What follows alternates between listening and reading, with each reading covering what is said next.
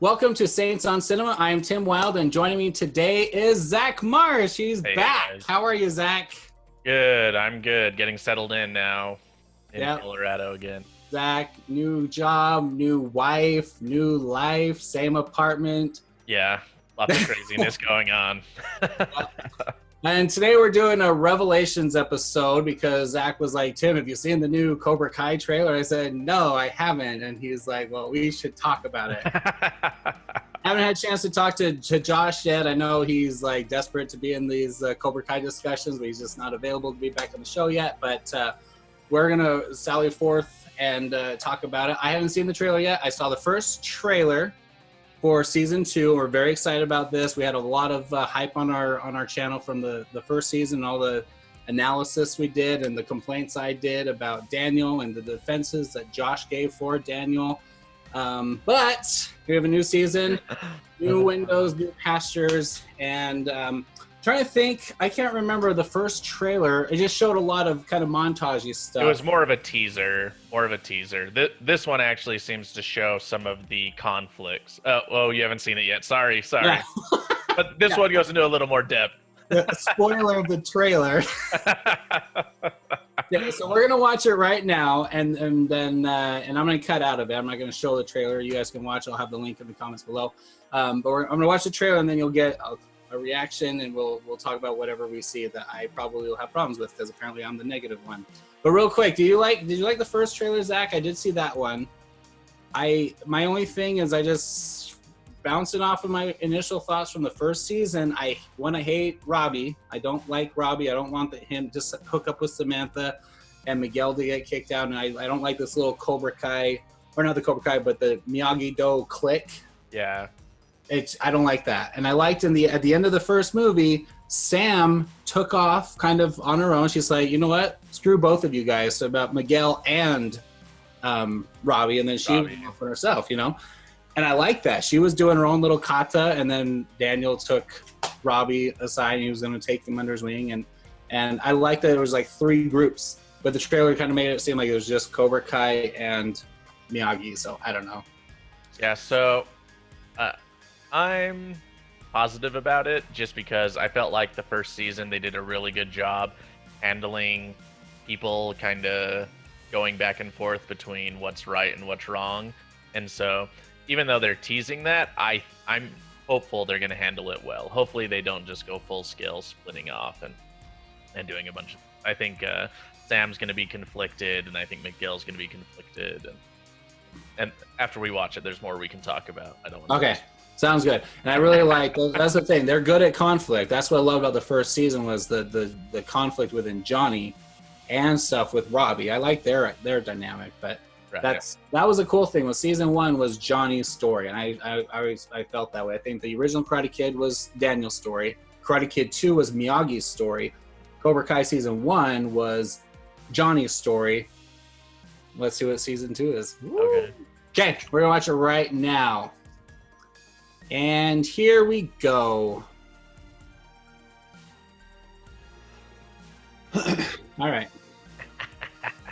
Okay. So excited. Let me be the first to say, when we did our first, I think it was our premiere review, which was our big one that everyone watched. After you and I, so were you in that? Me and you went and watched it. Remember, we went to the theater. Yeah, that was awesome. So we said after we saw the first 2 episodes, they need to fire whoever did the trailers for the entire first season. Yeah. They were horrible. They didn't get you excited. They showed. Oh, they look cheesy. You're like, I want to watch it because it's Karate Kid, but you thought this is full cheese. Yes. 100%. Yeah. This is a much better trailer. These are so good. Okay. For impressions, first of all, things I like.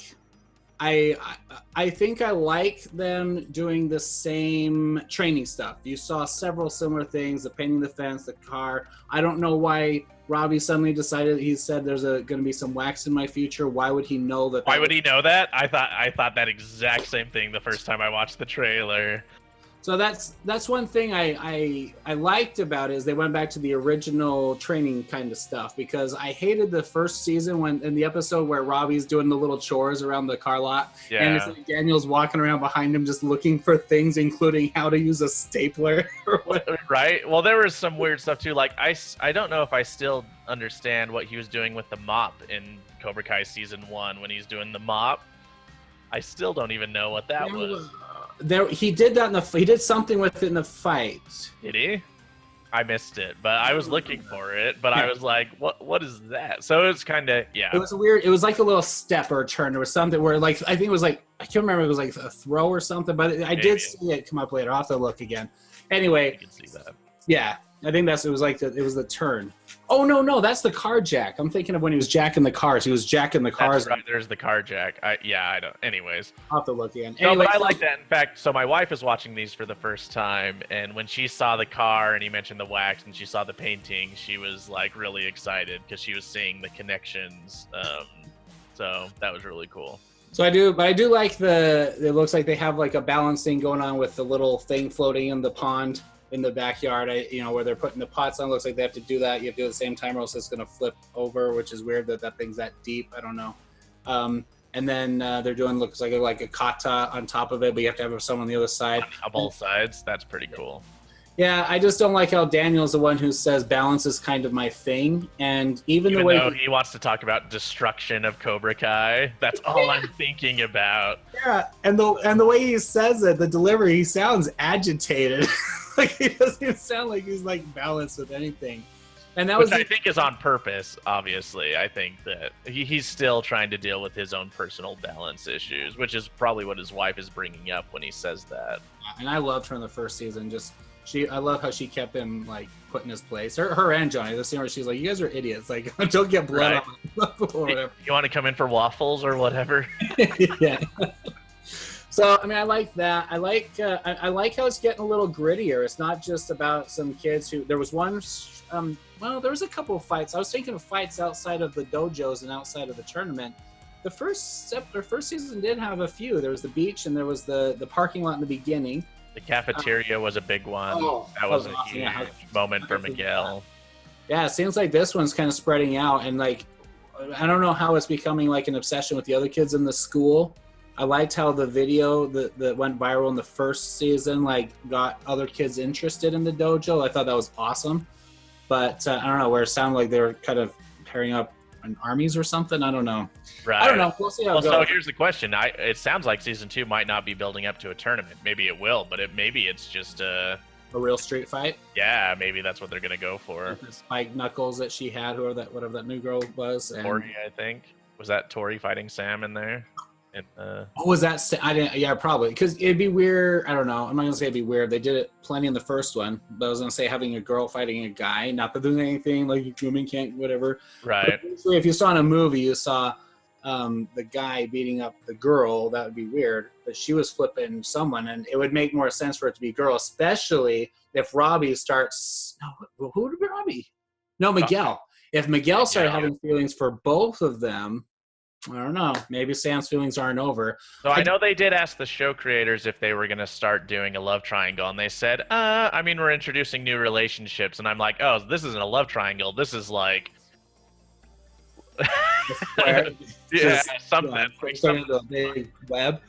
I don't know. I want Miguel to end up with Sam. That's all I want out of this series. I know we want a lot more nostalgia. We want to talk about Allie, and we want other characters, like things that we loved out of the first season, but that's all I want. By the end of it is Miguel to, clean up and refocus himself and go back to being the pure kid he was in the very beginning, with this new confidence, skills, yeah.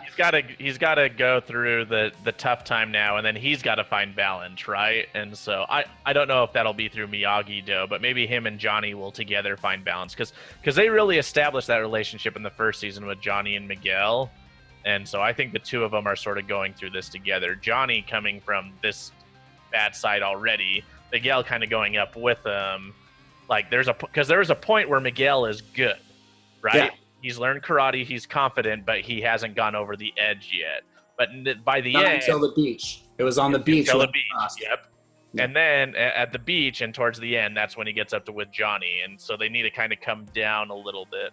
Yeah, and I agree, and that was the cool thing about the last episode of the first season was that flip, or where they separated in their paths was Johnny had a conscience when he was told to sweep the leg. He was like freaked out when he was looking at Kreese and when he was given the instruction. He was like, what? How could I do that? You know, he was like, who is it? It was like he saw Kreese for the first time when he was that look in his face was so good. He's like, who are you? You know. And then Miguel did not have any remorse or any conscience or a hesitation. He just went for the cheap shot, even though he was told not to. And Johnny was not okay with that either. No. He was like, "Oh, what am I doing?" Yeah, and that's what I love. I love the last shot, not just because Kreese comes in, but how they're celebrating and Daniel's like opening up the backyard or whatever. Johnny is sitting there staring at this trophy that he won vicariously through Miguel. Right. And he was drinking, but he was staring at it, but he wasn't celebrating. Remember, he had stopped drinking earlier in the season, a couple episodes before, but now he's drinking again because he's depressed. He wanted that tournament. He wanted that victory. He wanted to win it back from Daniel, especially with everything that was happening in the season, but he didn't want it that way. The way he got it. And also, if he's viewing Miguel as a son and he sees Robbie as a son and he sees himself losing both, or he doesn't want to do to Miguel what happened with Robbie, right. I mean, that's a lot of depth for a character in a series like this. Yeah, and and then in Johnny, so in this one, Johnny's thrown into the mirror, which is a nod to the third movie, when Miyagi throws all the masters into the glass, but. I like how he started throwing punches because when Kreese came in, there should have been fear, and there was fear in the reaction from Johnny because Johnny's like trying to overcome this and he's trying to keep control on this and instill these values, which as we talked about in our episodes, they're really good values in spirit. Just execution and the application of those values is where the problems arise from the Cobra Kai. But when Kreese comes in, he's reminded of all of the bad that he was taught. So they're not bad. I mean, it was that whole thing when Miyagi said there was no bad students, only bad teachers. But it just came. He's like he came from the dead. He thought he was dead, and so here's this ghost coming to him in his lowest moment where he trained a warrior who took a darker path, hurt his own son, and now here comes the father figure to him just out of nowhere, and he's like, now this is where the story begins, whatever the line is, and he's like... So this is my question, right, which I like that. So it looks like Johnny and Kreese are going to be conflicting in this series now because Johnny's like, hey, what are you doing with my students, which I like. I'm glad because there should be conflict there, especially as Johnny's realizing that maybe there's something wrong with what they're teaching, or at least how he doesn't want to become Kreese. Right. So the question is, why does he agree to let Kreese teach to begin with? And I wonder if they're going to address that, and maybe that's a part of that's what creates the conflict that they have ongoing, right? Like Kreese is like, I own the copyright to Cobra Kai, right? So you have to let me be a part of it, or else you're done. And then that's what Josh and I were figuring out. Like, how did he even open the dojo in the first place? And if it was his own dojo, why was it under the same ban that the original dojo was under? It was like there was a lot of weird questions about the legalities of that part. Well, I wonder if they're going to make it a part of the plot, right? Like that's how Kreese forces his way in. It's, hey, I own this, so I'm in, and Johnny has to deal with it, right? And that would be an interesting point. That's speculation, of course, but. And I had Josh and I were talking about it too. I think it was in the episodes last season, but there was rumors, and I haven't checked IMDb. I don't know if Barnes is in this, but if Barnes comes back in, I was trying to figure out why would he have any attachment to Cobra Kai? He owns. Oh wait, but that was only if he won. Was it? I don't know. Did they agree to it? I can't remember, but it came in 5. I don't know if that was the whole thing. I might have to rewatch it, but he might have part ownership of Cobra Kai, because that was part of his deal with 50%. Yeah. Yeah, and so the business that he lost to Daniel would give him motivation to come back and want to get involved in all this mess going on now, especially if Cobra Kai is on the rise, opening up new dojos with what happened last season. He wants in, and that would give Mike Barnes motive to be in there and a reason to show, because he wasn't a Cobra Kai, he was a mercenary basically. He was just hired to come in and get into the fight and mess with Daniel. Well, and it would be interesting to see like Daniel lose to Barnes in an actual fight and then see Johnny beat Barnes. That would be interesting, or vice versa even for the characters, right? Because Barnes, we talked about this online actually briefly, Barnes destroyed Daniel in that tournament fight because Barnes kept giving up points just so that he could keep beating it 1-1. Yeah, or 0-0. And then it wasn't until Daniel got the last moment point to finish him that he won. But Daniel was way out of his league. He had no chance. So, and we thought about that too. If you bring Mike Barnes in, now you have Johnny and Barnes and Kreese. Even right now, you have Johnny and Kreese against Daniel. There's no Miyagi. He doesn't have anyone else helping him. And I'm sorry, Daniel's not very good. I'm just saying, he's gonna get worked. We kind of wanted to see the fight between Daniel and Johnny in the first one, and when they almost did by the pool, it got stopped. And then that scene was awesome, and it turned into one of the best. Josh's favorite episode, I think, was that one, because it went through the nostalgia stuff between them two. Yeah. And they kind of had a bonding moment before it got pulled apart. Yeah, when Robbie comes in and he thought it was a big setup and everything. Yeah. So in this one now we see a little bit of action. Well, no, did we see action between them? There was a standoff. Yeah, at the end, you see Johnny and Daniel fighting. The little punches. Yeah, that's right. At least a little fight. We don't know how far that goes. Right. But... Do we want to see that? What do you think, Zach? After seeing the stupid backwards kick in the first one that I put all over our episodes, it just doesn't look good. Even when he's in his dojo just doing his little katas. Sorry, Ralph Macchio, I love you as an actor, but I'm sorry. It just the direction, the editing could have made all that look better. It's not you. I'm hoping they spent a little time between seasons getting everyone trained up. I mean, like, even for movies where you only have a few action scenes, they will spend 4 hours a day for a month teaching you martial arts just so that you look really solid, right? So hopefully between seasons they got the adults up to speed. The kids sparring all looked okay, but the adults. Billy Zabka in that fight in the pilot episode was awesome. Kids. Yeah. He looked awkward and everything, but I don't know. Okay, here's the other question. He's kind of old. That was he can get away with it because he's all like, oh, that hurt. Okay, I'm a little old for this. Yeah, I really love that. I loved how natural it all felt, and he was like a has-been and everything, but he comes out ready to go. But here's the question. With Kreese, when we see Johnny in the pilot episode of the first season, he comes. This is what, 25 years later? How long was it? Yes, it's real time essentially. So yeah.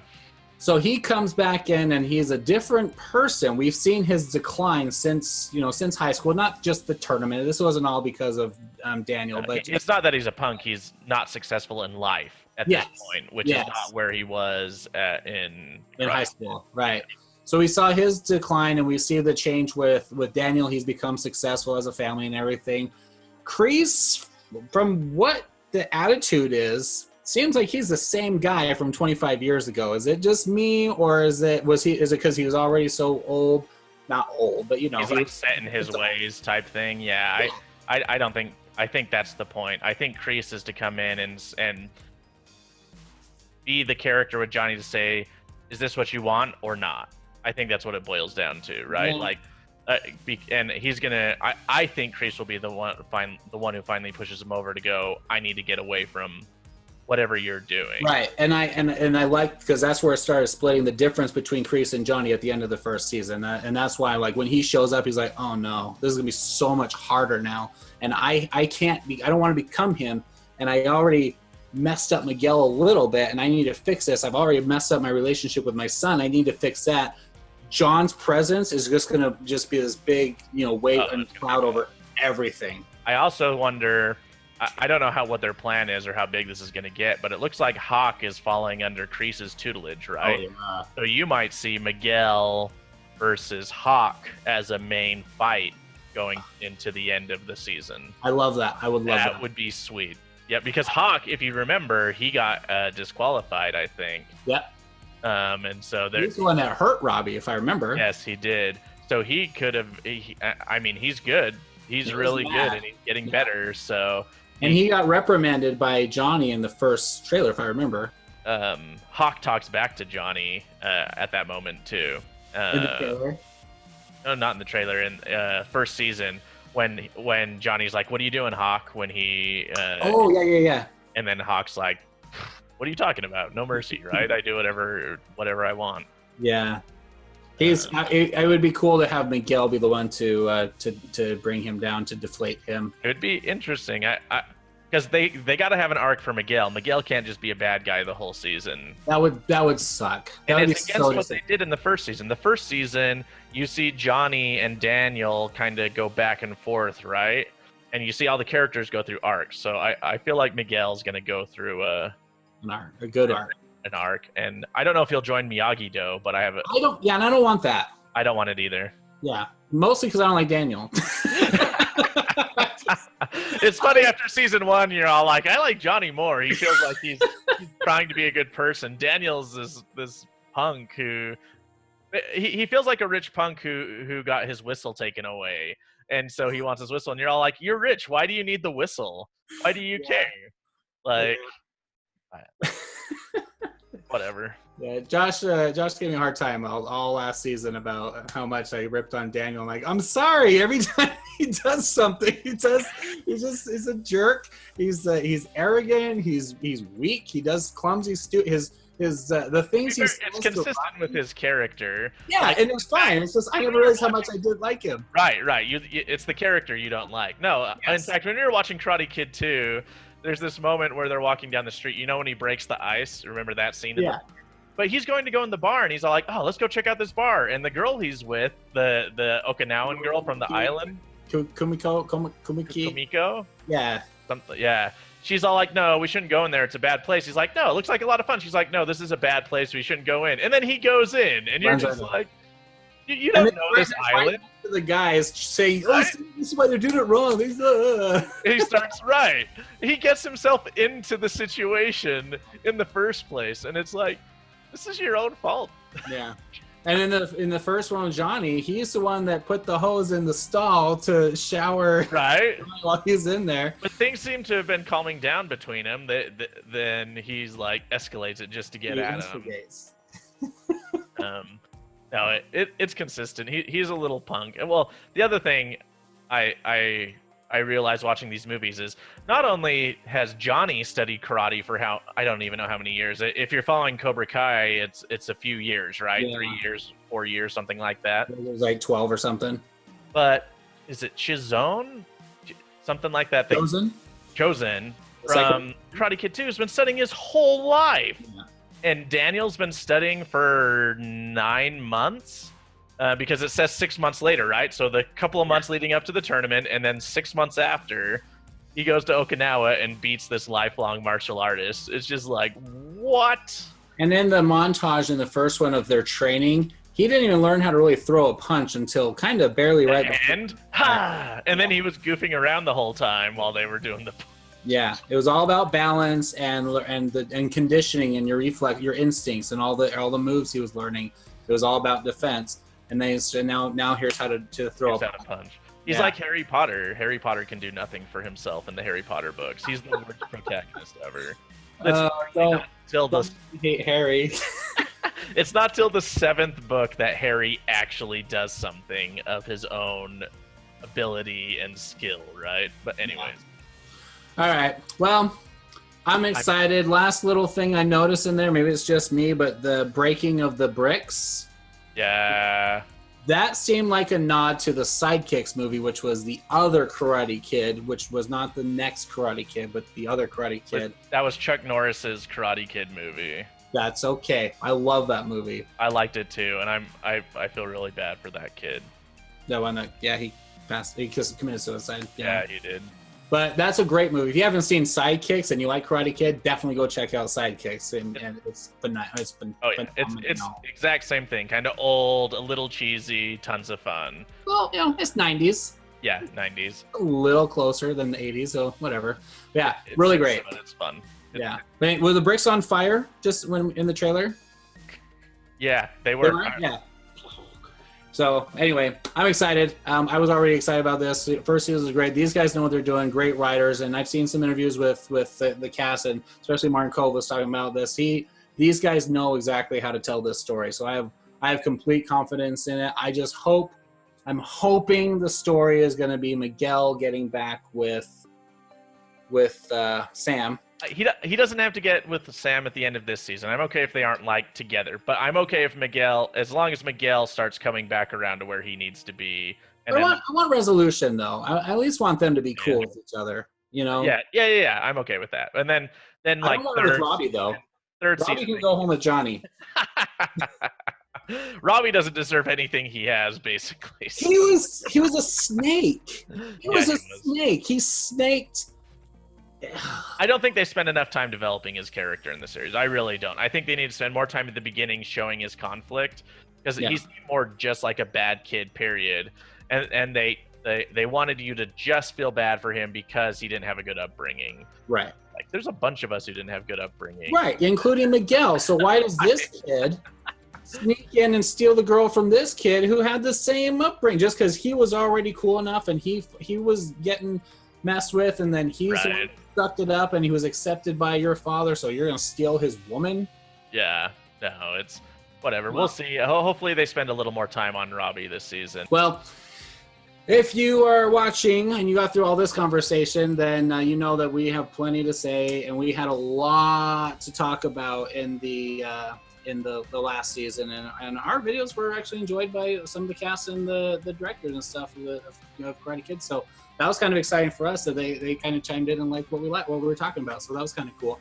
Awesome. Yeah, definitely go check out those episodes if you already watched it. If you haven't seen season 1, definitely check out season 1. If you're excited as we are about season 2, hang in here, because we're going to have a lot to talk about, and hopefully Josh can get in here soon and start defending Daniel, or else I'm going to just we're just going to rip him apart unless he gets in.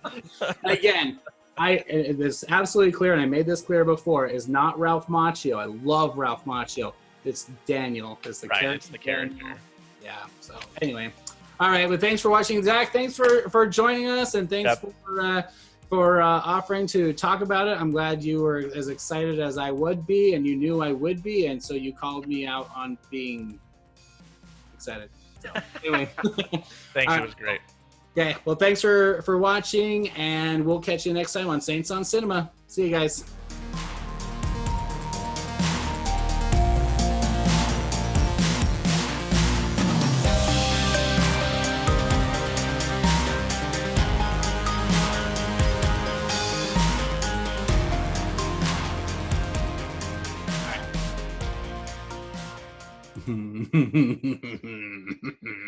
Are you watching it?